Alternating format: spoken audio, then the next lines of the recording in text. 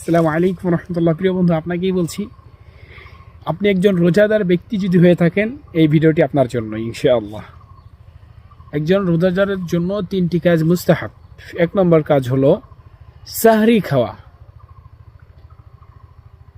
এটা মুস্তাহাব আমল। সাহরি না খাওয়ালেও কিন্তু রোজা হবে। সাহরি খাওয়া এটা মুস্তাহাব, এবং সাহরির সময়ের একদম শেষের দিকে খাওয়া এটা আরেকটা মুস্তাহাব।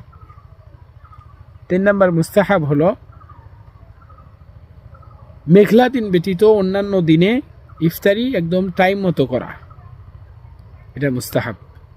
আল্লাহ তাআলা আমাদের সবাইকে প্রত্যেকটা আমল নবীর তরিকা অনুযায়ী আদায় করার তৌফিক দান করেন ইনশাআল্লাহ।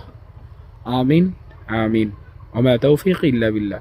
নবীর ওয়ারিস KM Islamic channel, Islamic video পেতে আমাদের চ্যানেলটি সাবস্ক্রাইব করবেন ইনশাআল্লাহ। আল্লাহ হাফেজ। আপনাদের দোয়া এবং ভালোবাসায় এই পর্যন্ত এসেছে নবীর ওয়ারিস কেএম। আপনাদের দোয়া এবং ভালোবাসা নিয়ে সামনে অগ্রসর হবে ইনশাআল্লাহ। আল্লাহ হাফেজ।